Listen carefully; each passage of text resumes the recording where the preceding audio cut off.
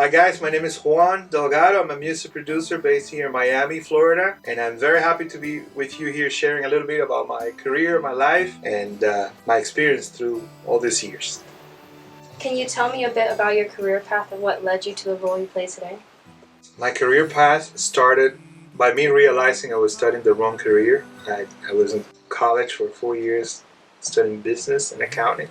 I realized I went to the wrong path, and I started to look for an alternative. So I found out there was programs here in the U.S. for music business, which is a career that includes production, the technical side, music, but also includes the business side. So I came to the United States with the support of family and started pursuing it. Once I was here, I started working in a recording studio at the beginning for free to get experience, and I actually had the blessing to go into a very successful environment, and there were very big name producers into the Latin music, which is what I have worked for many years, and that's what my experience is. That's how I ended up eventually getting my own place, my own studio, taking my own projects, and it was always about passion and pursuing the dream. What's a typical day on the job like? So a typical day for me starts with coffee, emails, and then get into the studio, start reviewing the work that I've been doing, projects I've been working, listening with fresh ears, productions, demos, mixes, even people that I work with are sending me sometimes overnight, oh, here are the mixes, please check it out. So if I'm doing a production, depends where I am in the production. If I'm in the beginning, I'm arranging and doing tracks and doing tests and doing things. If I'm already in the post-production, I'm usually reviewing work that I have given to other people to do. What surprised you the most when you started working in this field? To have access to this production, learn from all these people that I admire so much, to me was a big blessing. I won't call it a surprise. It was surprising. It was impressive. What's the biggest challenge you had at the start of your career? At the beginning was actually to find how to begin. The times of the music business was a little bit challenging. Some people like to work late night, sessions start at 11 o'clock at night and work at 2 or 3 in the morning. And at some point I put a stop to it and said, this is not good for my family.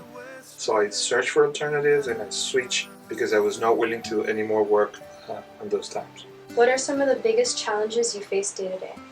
I'm a perfectionist, so I like to repeat things and do it again and do it again and until it comes the way that I feel it's good. The managing of the time and the budget of the project is something I sometimes feel I struggle with. What's your favorite part about the job? It's easy.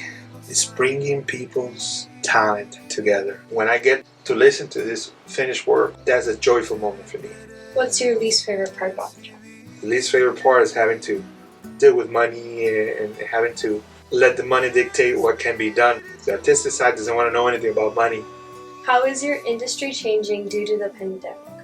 In my area, which is a religious music, a little bit more of a spiritual side, a lot of people are doing the prayer services with music in a live Facebook thing. The artists, the creators getting straight to the audience without any middle person, without any promotion, but just by being themselves. And I think eventually we're going to go back because we like to be together, we like to share, we like to hear a good sound, a good acoustic at beautiful places. What are some big projects that you've been working on or that you finished recently? There's a project that I made last year that was released early this year. It's a liturgical project made with Cuban music. So it's a Cuban Catholic music. So I got this composer, Tony Alonso. We came up with this plan and recorded that live here in the studio. And the project was released early this year and it was so good. And it got a Latin Grammy nomination. This week actually it was nominated for Best Christian Album. Also been doing Venezuelan music. There's this beautiful project core named Plus 58, which is Venezuelan music by Daniela Padrón, the violinist. That project just came out last month. What do you feel is your biggest accomplishment? We can talk about awards, but I have several awards that I have earned through my career, but I don't know that that's, professional, that might seem like the biggest accomplishment, but being able to live the life that we live, to have access to so much talent, to put together so much talent, to be able to envision and to actually execute ideas and that is a blessing, to see things happening, to get putting things together, to see people happy with the projects that we do.